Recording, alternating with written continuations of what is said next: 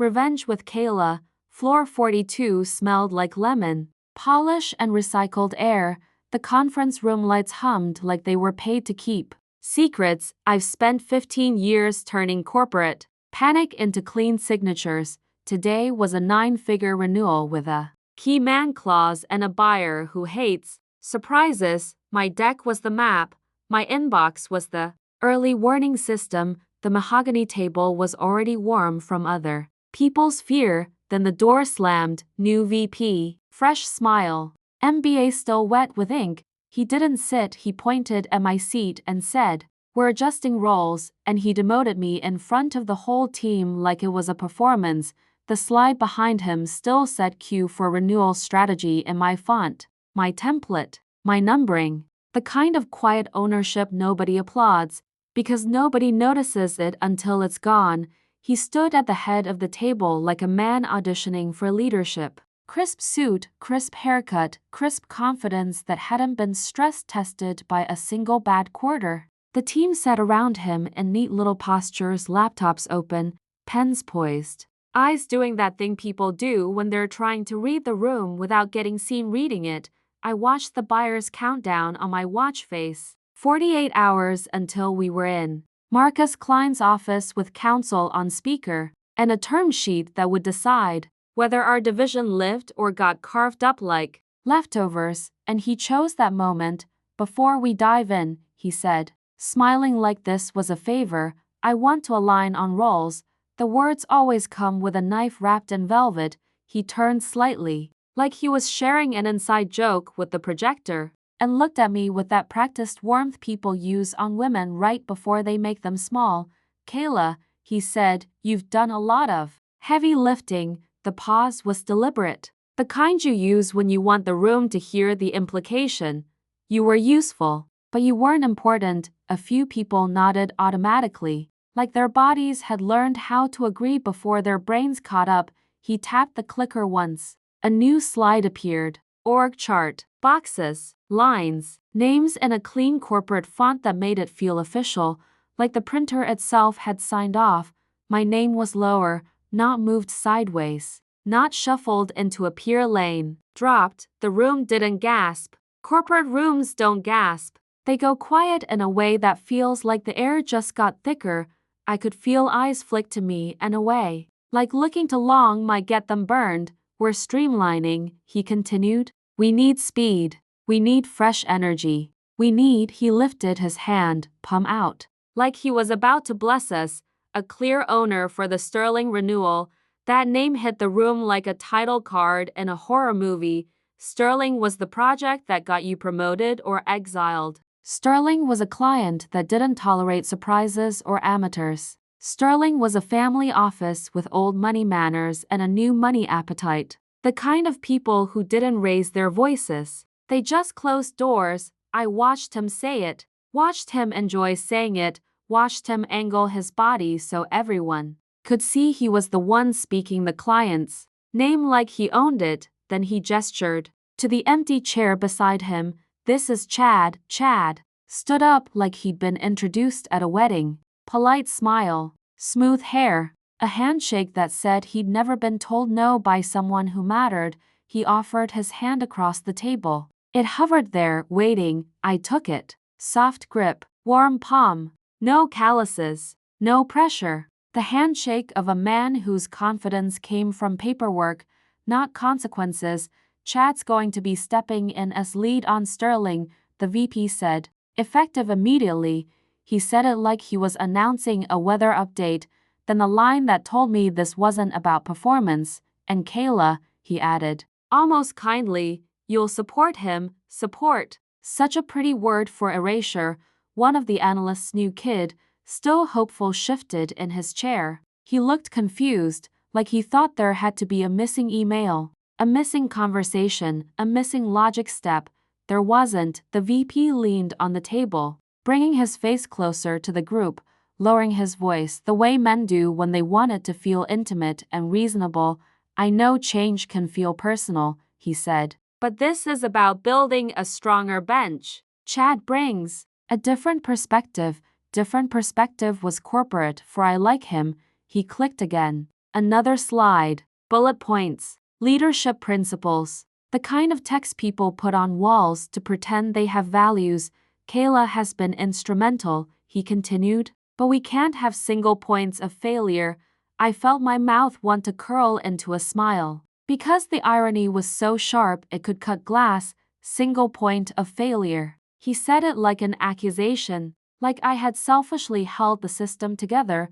Chad sat down beside him, shoulders back, looking pleased with himself in that quiet way that only comes from being handed something you didn't earn. The VP looked around, making sure the room was watching. He wanted witnesses. He wanted this to be a scene. So, he said, turning back to me, we're going to do a quick transition. Kayla, you'll walk Chad through your process. Give him the context, the relationships, the nuances. He said it like the work was little details, little feminine touches, like I had been decorating a deal, not running it. Chad nodded eagerly. Absolutely, he said. I'm excited to learn how you've been doing it, how I've been doing it, like it was a recipe. Like you could hand someone a bowl of ingredients and they'd suddenly be a chef. My phone buzzed once, face down on the table. Another calendar alert. Council check-in. The clock didn't care about this performance. Sterling didn't care about his new org chart. I looked at the faces around the table. The ones who knew, and the ones who didn't. The ones who were relieved it wasn't them. The ones who were terrified it could be. The VP waited for my reaction. He wanted the flinch, the plea, the negotiation, the little show of emotion he could frame as unprofessional. I gave him nothing. I lifted my eyes back to the org chart, back to the neat little box with my name lowered like a punishment. Then I looked at him. I didn't argue. I didn't explain. I didn't defend myself like I was on trial in my own meeting. I just nodded. Okay, I said. Okay. He smiled like he just solved a messy problem with one clean decision. Chad's shoulders relaxed, already imagining his name on the win email. Around the table, people exhaled into their coffee cups, relieved the blade had landed on someone else. They were all waiting for the part where I made it dramatic, where I argued, where I listed my wins, where I reminded them who built the Sterling relationship and who had been the one sitting in conference rooms at PM translating legal into human. That's what he wanted. A reaction he could frame as difficult, a little heat he could hold up like evidence, but anger is loud. And loud is leverage you hand to the wrong people. Inside, something went very quiet. It wasn't shock. It wasn't heartbreak. It was the cold, clean click of a switch being flipped. Because here's what executives never understand when they play org chart games. Titles don't run companies. Load-bearing beams do. The people who keep the lights on, the deals clean, the risk contained. The ones who know which inbox rules are actually policies, and which policies are just decorations for investors. I wasn't insulted, I was unassigned, and that is a very different thing. I looked at the org chart again. Not as a personal attack, but as an instruction manual. A permission slip. He had just told me, in front of witnesses, exactly how small my responsibilities were now. He had handed me a boundary, publicly, in writing, on a slide. Do you know how rare that is? My mind did what it always did in crisis. It went operational. What does support mean in a corporate environment? It means you are no longer the driver. You don't own timelines. You don't own risk. You don't own escalation. You don't own the consequences of someone else ignoring your warnings. Support means you answer what you're asked. When you're asked, nothing more. Support means you don't volunteer your instincts like free consulting. Support means you stop being the interpreter between chaos and signatures. I watched Chad open his laptop with that eager, student energy. He pulled up my deck like it was his now, like the numbers would behave for him simply because he'd inherited the clicker. He leaned toward me and whispered, "So do you have a checklist? For Sterling?" A checklist. I kept my face neutral. I could feel the urge to laugh rise up and die quietly behind my teeth. Sterling didn't run on checklists. Sterling ran on unspoken rules, on landmines that weren't labeled, on a family office that tested you by saying nothing and watching what you did with the silence. Sterling ran on nuance, and I was the person who spoke that language fluently. The VP started the meeting. As if nothing irreversible had just happened, he talked about confidence and alignment and moving forward, throwing buzzwords around like confetti to distract everyone. From the blood on the carpet, I listened. Like a court reporter, every word he said, I filed away. Not emotionally, structurally, because what he had done wasn't a misunderstanding. It was theater. He chose the biggest stage, the full team, the slide, the witness box. He wanted hierarchy established in public, so no one could quietly question it later. Fine, public cuts have public consequences, but I didn't need revenge in the moment. I needed precision. I glanced down at my phone again. Another buzz. Counsel asking if the Sterling binder was finalized. A calendar alert for a prep call with Marcus Klein's office. 48 hours. The clock kept moving, indifferent to ego, and for the first time all morning, I felt something like relief, not because I enjoyed being humiliated. I didn't. Relief because the burden I'd been carrying quietly, invisibly, expertly had just been placed into someone else's eager hands. They thought they'd taken my power. What they'd really done was take my liability. There's a difference between burning a building down and stepping away from the pillar that's been holding it up. One is sabotage, the other is physics. I turned my pen between my fingers, slow and calm. The room was full of people pretending not to watch me, but I could feel their attention like heat on the back of my neck.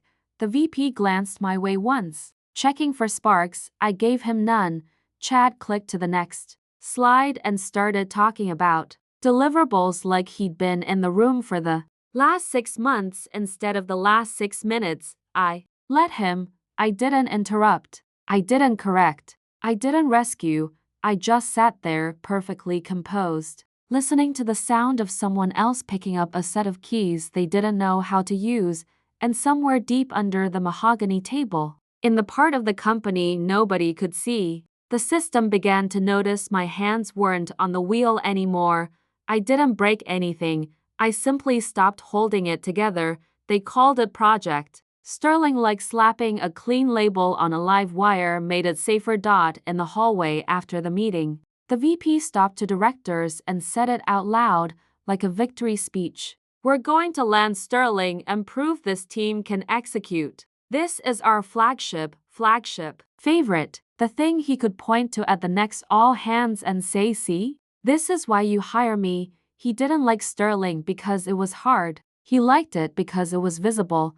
Sterling was the kind of client that makes the stock price twitch. It made people in other departments sit up straighter when you walked by. It came with a board update, a press release draft, and a champagne budget pre-approved by finance because optics matter. So yes, Sterling was his favorite project. What he didn't understand was that Sterling wasn't one project. It was a chain reaction with a name badge. On paper, Sterling looked simple: renewal, term sheet, signature, celebration. In real life, Sterling was a timeline made of dependencies nobody wanted to own. Legal needed a clean red line with the key man clause softened without triggering their counsel's ego. Risk needed updated KYC packets, but only after compliance finished pretending their new software worked. Finance needed revised pricing because the board wanted margin and sales wanted glory and the client wanted both. It needed a security attestation that had 3 separate versions depending on which Sterling cousin you were speaking to that day. And then there were the stakeholders. Not stakeholders like the ones on the org chart, the real ones, the family office assistant who controlled access like a velvet rope, the outside counsel who hated our general counsel from a case 10 years ago, the advisor who wasn't technically employed by anyone but somehow made decisions. With a single eyebrow raise, Sterling ran on these people. Quiet people, gatekeepers, the kind who don't put anything in writing, That's why my job existed, not to build slides, not to project manage, to translate. To listen to what wasn't said, to read the silence between emails. To know when we'll circle back meant you're dead. It wasn't glamorous work. It was invisible work. The kind you only notice when it stops happening and suddenly your calendar becomes a crime scene. Chad didn't know any of that. The VP didn't care to know any of that. They thought the work was the meeting, the deck, the milestones, the little green check marks on a dashboard. They thought the deal lived on paper. Sterling didn't live on paper. Sterling lived in the details people forget until they're bleeding. I walked back to my office and pulled up the Sterling timeline I'd been keeping for months. Not the version we shared. The real one. My version had notes in the margins like warnings, written in a language only I spoke. Do not schedule Marcus before 10:30. He takes calls with his trainer until 10:15 and he will resent you for making him choose. Never send the first draft to Elaine. Send it to her deputy. Elaine needs to feel like she's reviewing, not reading. If the term sheet uses the word standard, change it. Sterling hates being treated like everyone else. If their counsel calls something non-issue, it's an issue. If he says interesting, it's a threat. I stared at it for a long second and realized something that made me almost laugh again. All of those notes, all of that invisible labor, none of it was officially mine anymore.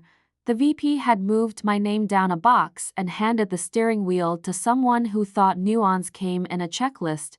And the best part was, he did it publicly. He made it a policy. If something went wrong now, it wouldn't be because I sabotaged it. It would be because the people who insisted they didn't need me finally got the deal they asked for.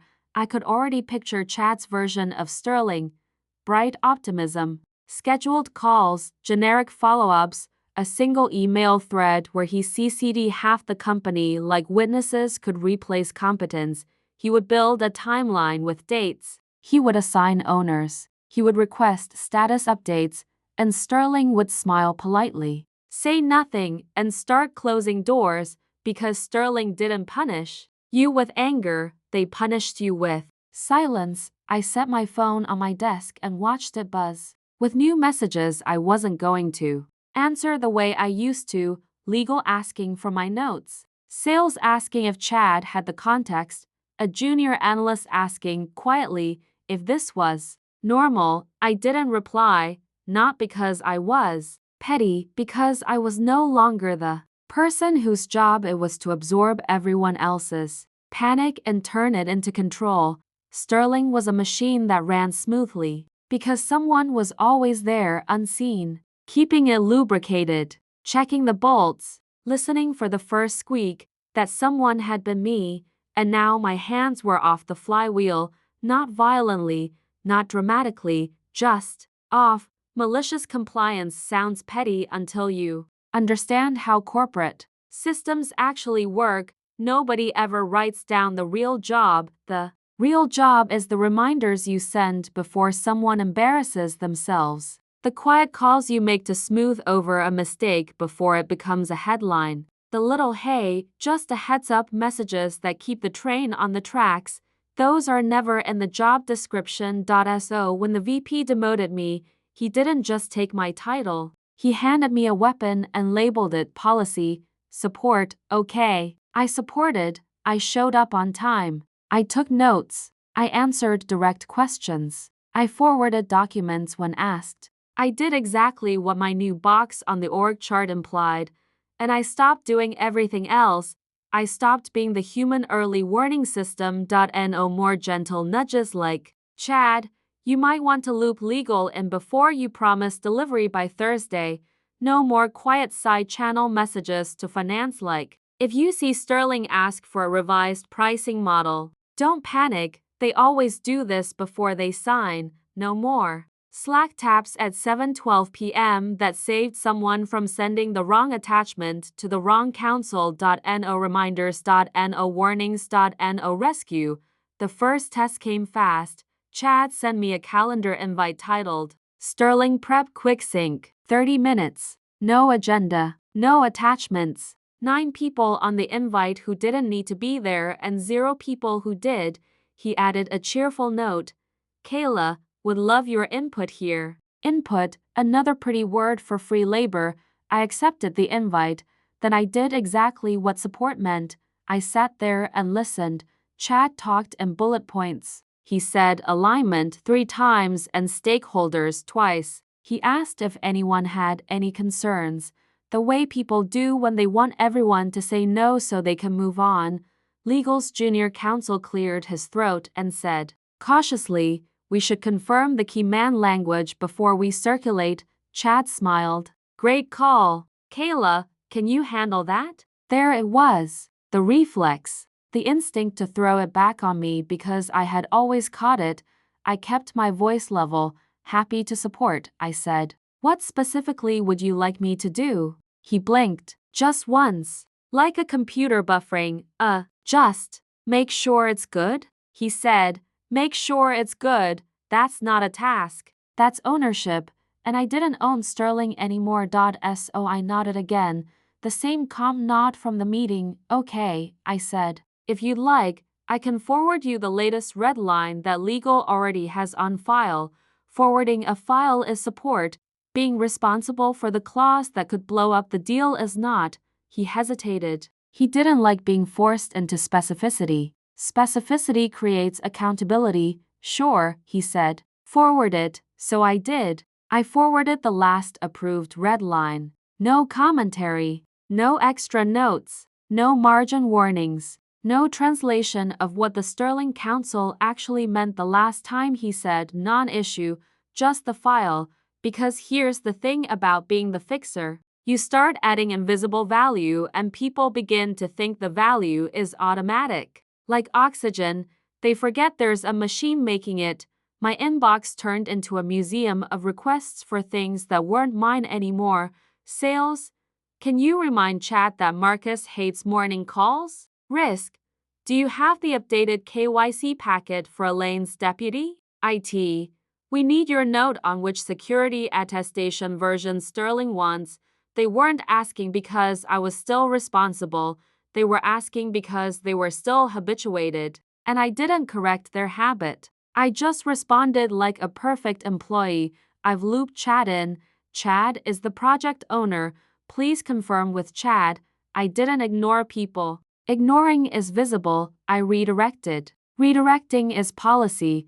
Chad started scheduling meetings the way children schedule playdates. He invited too many people too early, with too little context. He sent cheery follow-ups with exclamation points and phrases like just bumping this, as if enthusiasm could substitute for competence.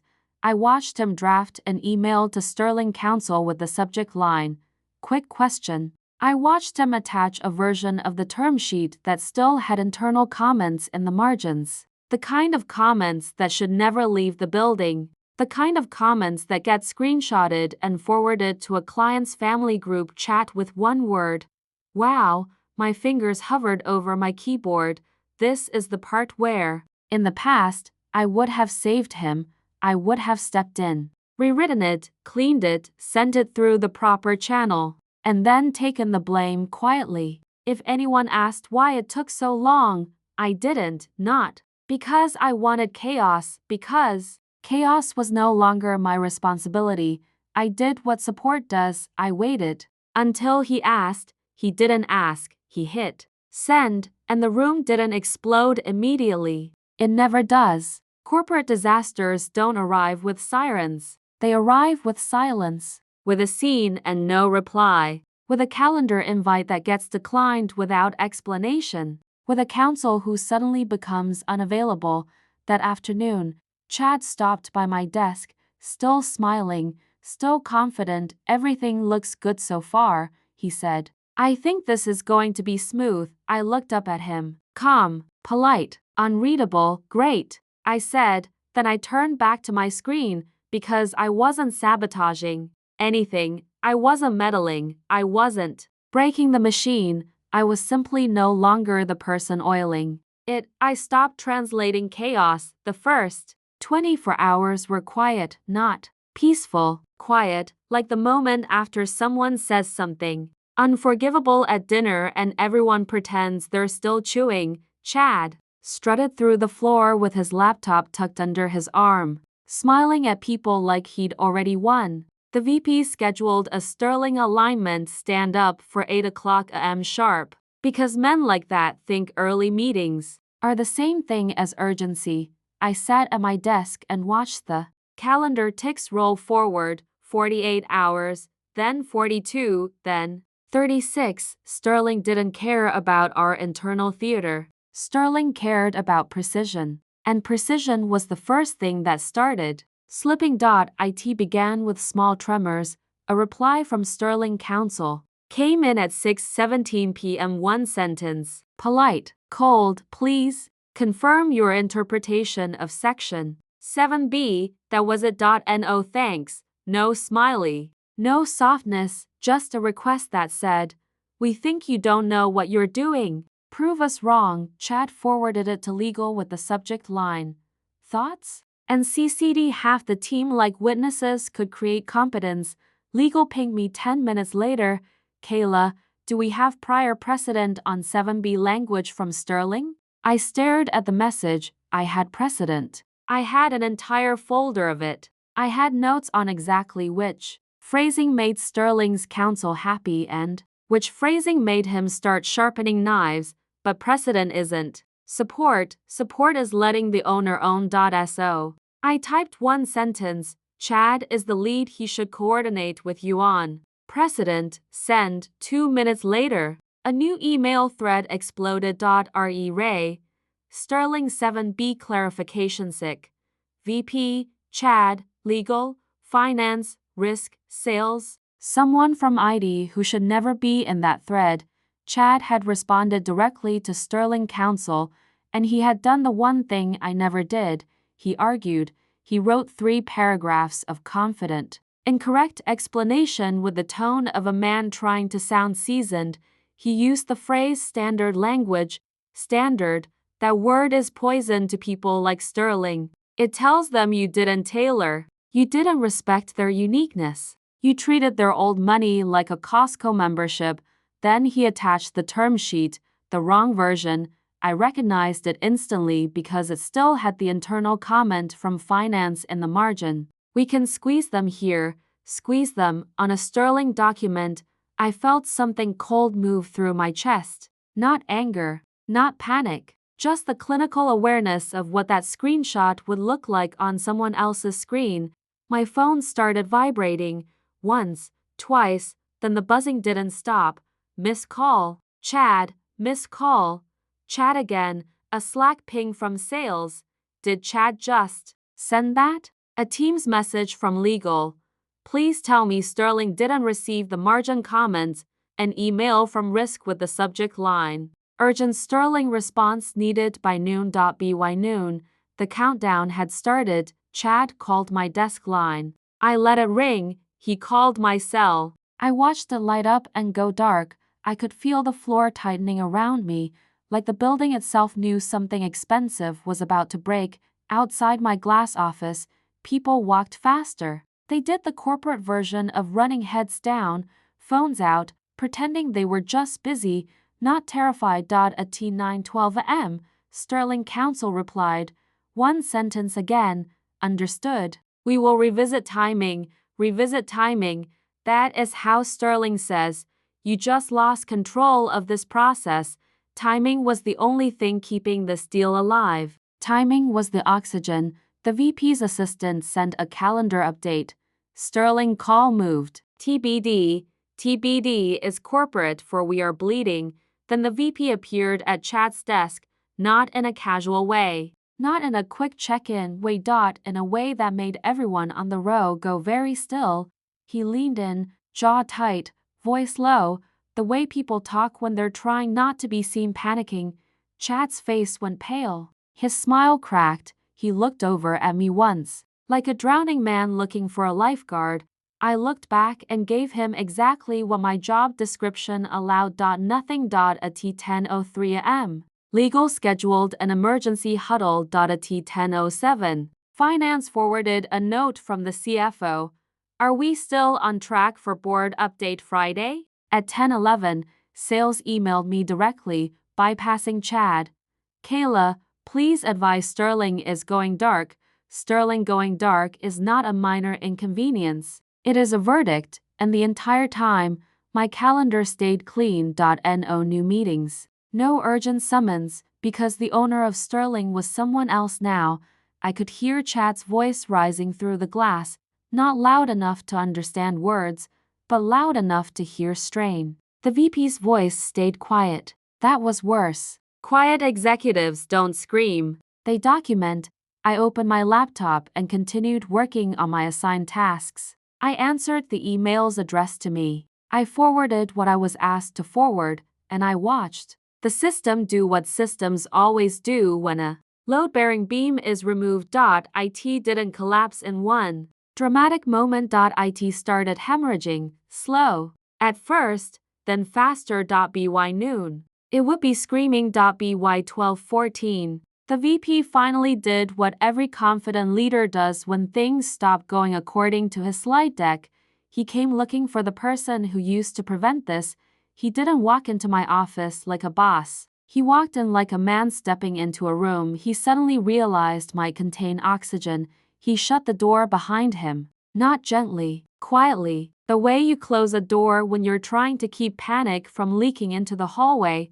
Kayla, he said, voice clipped. We have a situation. I didn't move. I didn't swivel my chair dramatically. I didn't offer help with my eyes.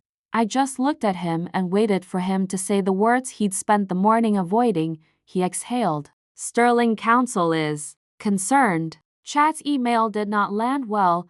That was a generous way to describe bleeding out. He took a step closer, lowering his voice like this was confidential, like he hadn't just demoted me in public. I need you to step in, he said, just temporarily. We'll get through Friday and then we can sort out the org stuff. There it was. When men like that say sort out, they mean put you back in the shadows where you belong. As long as you keep saving us. I kept my tone even. Chad is the owner, I said. He blinked, impatient. Yes, but you want the outcome without the cost. My silence said for me. He tried a different angle. You care about the company, right? This is bigger than internal politics. Bigger than internal politics. Sterling wasn't bigger than politics. Sterling was politics with a nicer suit. I watched him search my face for guilt, for loyalty, for that familiar female reflex to fix the mess so everyone can go home and pretend it never happened. I gave him nothing. Tell me what you need, I said. It sounded helpful. It was not, because what you need would force him to name what I actually did, and that was the part he didn't understand. He glanced toward my desk, like he was hoping the solution was a file he could simply grab, an attachment, a checklist. A one-pager titled How to Do Sterling. What do you have? He asked finally. What are we missing? I leaned back slightly and let the quiet stretch. Then I opened the bottom drawer of my credenza, not the one with office supplies. The locked one. I didn't look at him when I turned the small brass key. I listened instead. The tiny click of the lock sounded louder than it should have in a corporate office. Like a switch being flipped. Inside was a leather-bound folder. No company logo, no label, just the kind of book you don't leave on a shared drive.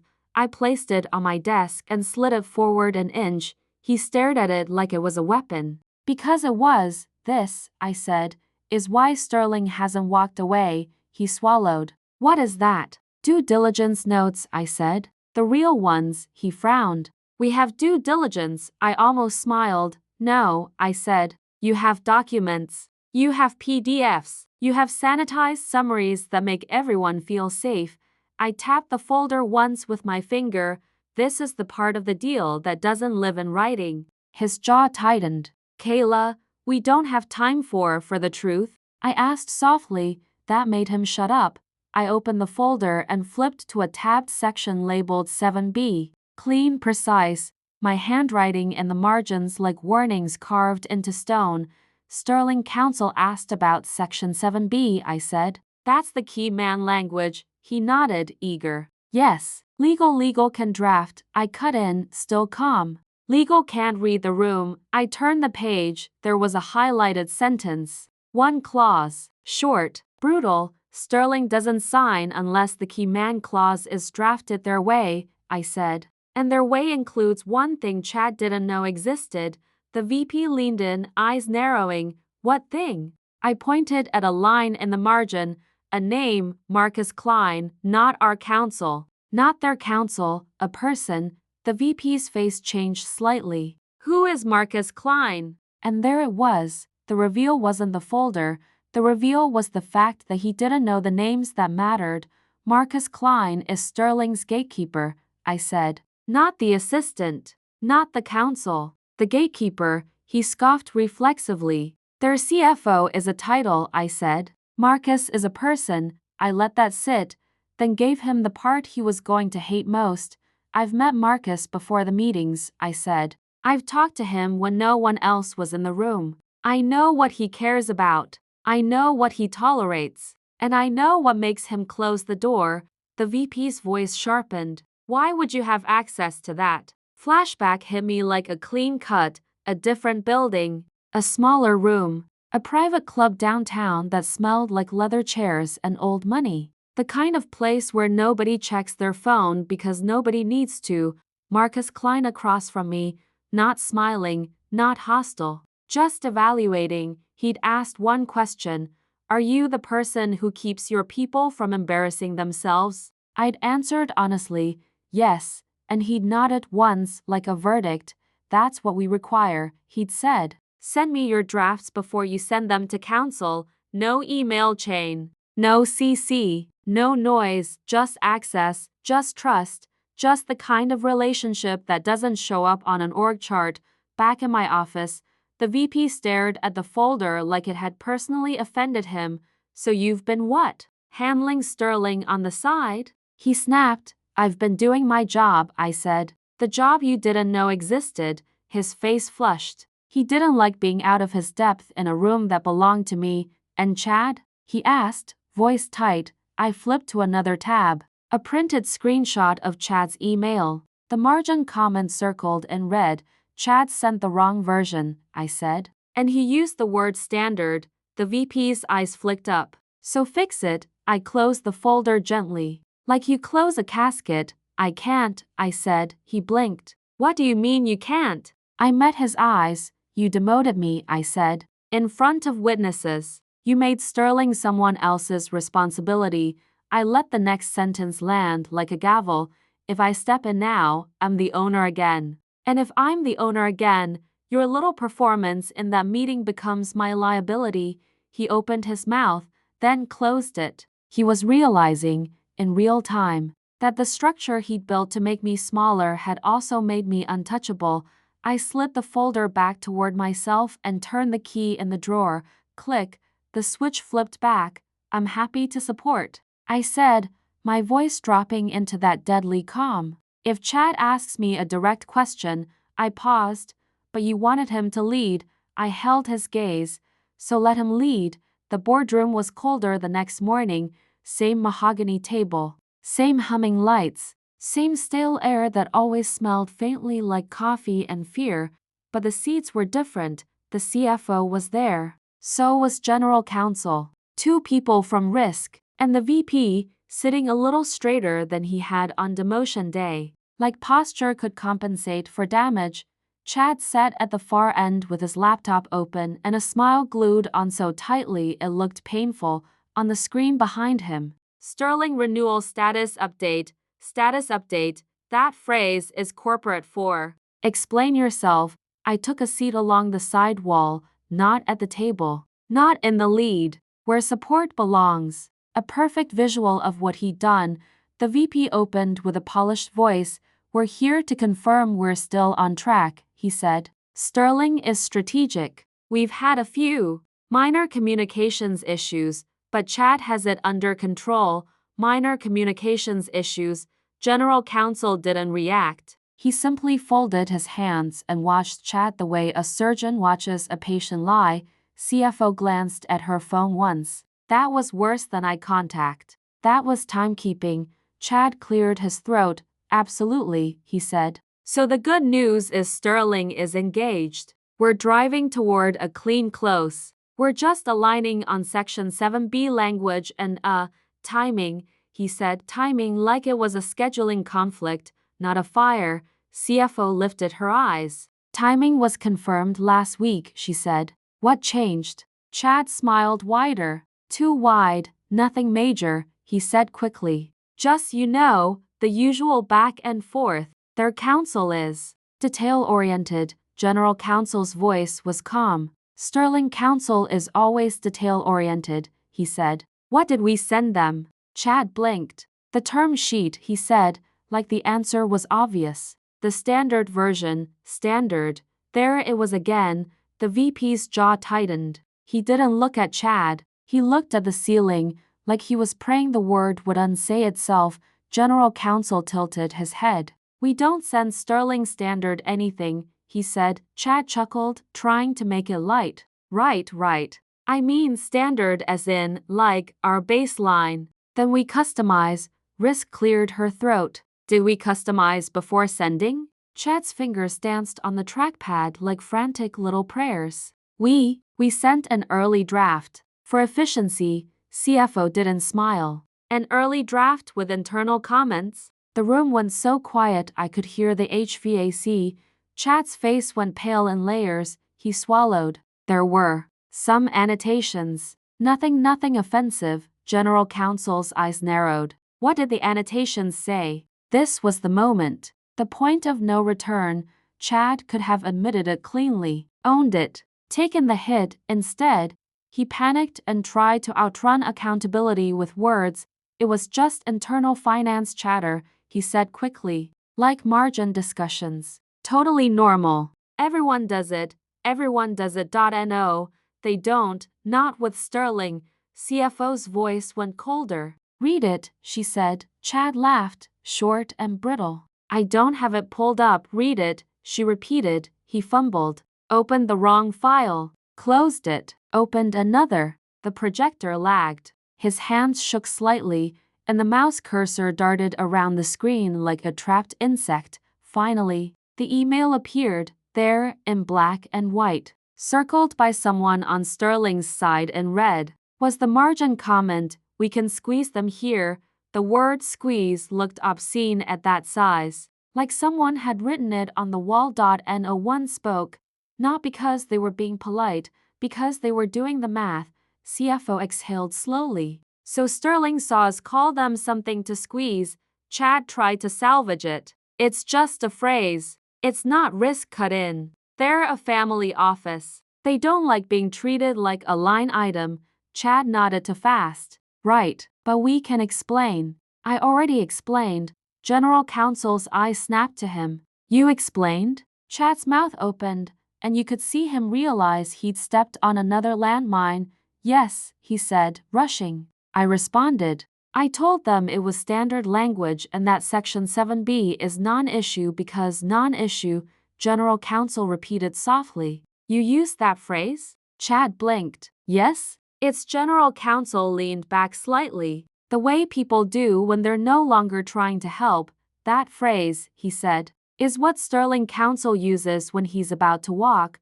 The VP finally spoke, voice tight. Chad, why didn't you run the response through legal? Chad's eyes flicked just once toward me on the wall, then back to the VP.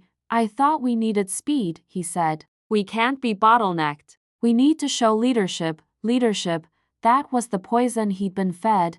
The VP's face hardened. And you didn't think to consult Kayla? The person who's been running Sterling for months. Chad straightened, defensive now. Kayla is support, he said. That's what you said. I'm the owner. The words hit the room like a dropped plate. CFO looked from Chad to the VP slowly. Oh, she said. One syllable. Not amused. Not impressed. So you changed ownership mid-deal. The VP opened his mouth. It was a strategic. CFO held up a hand. Not angry. Just stopping nonsense. General Counsel turned his gaze to the VP. You demoted your Sterling lead before close, he said. Then let a new owner email counsel without review. Silence again. The kind that makes your skin feel too tight. Risk spoke carefully. Sterling hasn't confirmed the meeting time, she said. That's not a scheduling issue.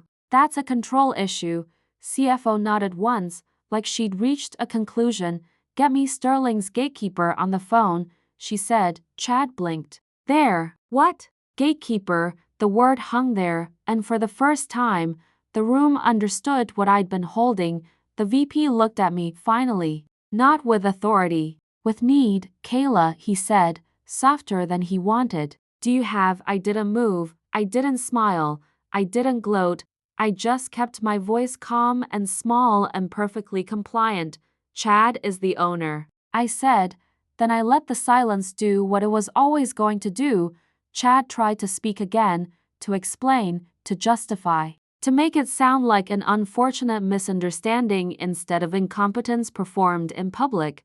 But the more he talked, the more the room saw the truth. He didn't know the people, he didn't know the rules, he didn't even know what he didn't know. The VP had wanted a show, now he had one, and the boardroom watched his favorite project collapse in real time without me touching a single thing. I looked down at my notes, one line, one word, okay. The meeting didn't end with a slam. It ended the way corporate shame always ends, with calendars quietly disappearing. People stood up too fast, gathering their laptops like shields. Nobody made eye contact in the doorway. The VP stayed seated, staring at the blank screen as if it might give him a different outcome if he waited long enough. Chad tried to catch up to him, voice too eager, too loud. I can fix it, he said. I'll call them. The VP held up a hand without looking at him. Stop, he said flat. That single word landed harder than any shout. General Counsel paused beside the VP's chair. He didn't lecture. He didn't moralize. He just delivered the kind of sentence that ends careers. Sterling will document this, he said. They will remember who sent it, and they will remember who let him. Then he walked out. CFO was last. She glanced at me on the wall seat as she passed. A brief look that held no warmth and no cruelty, just recognition, like she'd finally spotted the load-bearing beam everyone had been stepping on. By 3:00 p.m. The official story was already being rewritten. An email went out to the broader org. Sterling timeline under review. Internal alignment required. Internal alignment required is corporate 4. We broke something expensive. By 4:22. Chad's recurring meetings started vanishing from my calendar one by one. Like a slow deletion of his confidence. Sterling alignment stand-up cancelled. Sterling prep sync cancelled. Sterling working session cancelled. At 5:05. Risk sent a short note with an attachment titled Updated Exposure Assessment. The numbers in that spreadsheet didn't scream. They didn't need to. They bled quietly. By Friday morning, Sterling's assistant replied to a follow-up with 5 words. Mr. Klein is unavailable indefinitely. Indefinitely. That's not a delay, that's exile. And here's the part people don't understand about these deals. When Sterling walks, they don't just take their money, they take your narrative. The board doesn't ask, did Sterling have a bad week? They ask, why did we lose control? And then they look for the person who made that decision. The VP tried to patch it. He held quick alignments with people who no longer trusted him. He started using my name in sentences again, casually, like seasoning. Kayla has some context here. Kayla can help. He never apologized. Men like that think apologies are weakness and fixes are currency. So he tried to buy a fix, but I wasn't selling. 2 days later, HR posted an internal opening, project lead, strategic accounts. Sterling experience preferred, not required, because the company doesn't admit it needs anyone until it's already bleeding.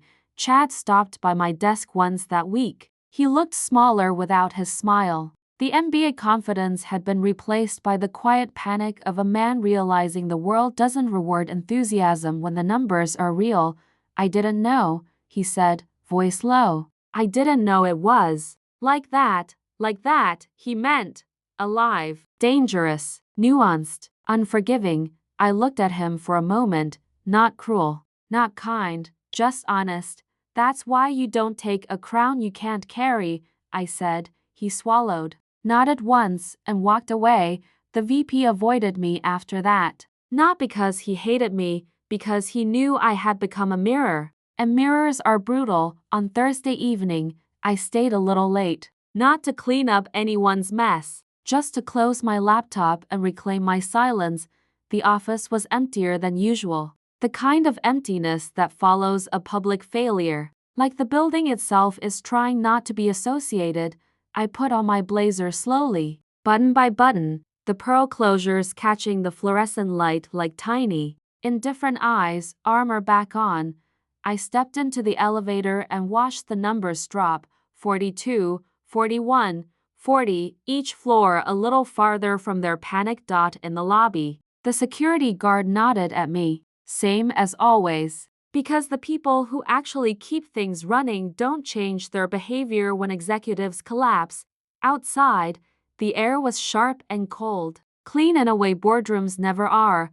I took a breath and felt my phone vibrate once in my pocket. Another email, another crisis, another person hoping I'd carry it. I didn't. Check, I didn't need to, because the lesson had already been delivered. Real power isn't the title you announce in a meeting, it's the work people only notice when you stop doing it. If you enjoy watching train wrecks in slow motion and people getting exactly what they deserve, you know what to do. Hit subscribe, leave a comment, tell me the most quiet revenge thing you've ever done at work, and remember, revenge doesn't always sound like a slam.